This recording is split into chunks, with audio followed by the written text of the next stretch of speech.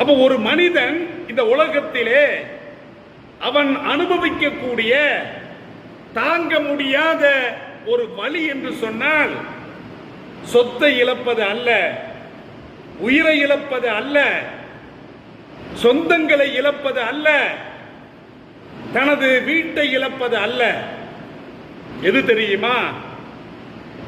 சொந்த மண்ணை விட்டு ஒரு மனிதன் பிரிந்து செல்வது தாங்க முடியாத பேரிழப்பு. கண்ணியமிக்கவர்களே, அப்ப சொந்த மண்ணில் இருந்து, சொந்த ஊரில் இருந்து, சொந்த வீட்டில் இருந்து ஸல்லல்லாஹு அலைஹி வஸல்லம் அவர்களும் அவர்களுடைய தோழர்களும் அவர்கள் அடித்து துரத்தப்பட்டார்கள். இதுதான் ஒரு மனிதனால் தாங்க முடியாத ஒரு வழியாக இருக்கிறது.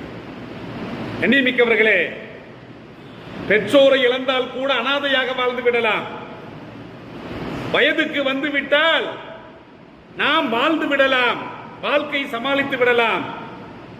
ஆனால் ஒரு மனிதன் அவன் பிறந்த மண்ணில் இருந்து, அவன் வசிக்கக்கூடிய அந்த வீட்டில் இருந்து, அவனுடைய வசிப்பிடத்தில் இருந்து நிராயுதபாணியாக ஒரு மனிதன் அடித்து துரத்தப்படுவது, அதுதான் அகதிகள் என்று சொல்லப்படுகிறது. இந்த அகதிகள் என்பது தாங்க முடியாத மிகப்பெரிய ஒரு வழியாக இருக்கிறது.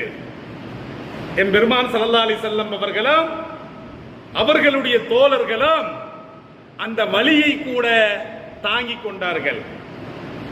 அப்ப ஸல்லல்லாஹு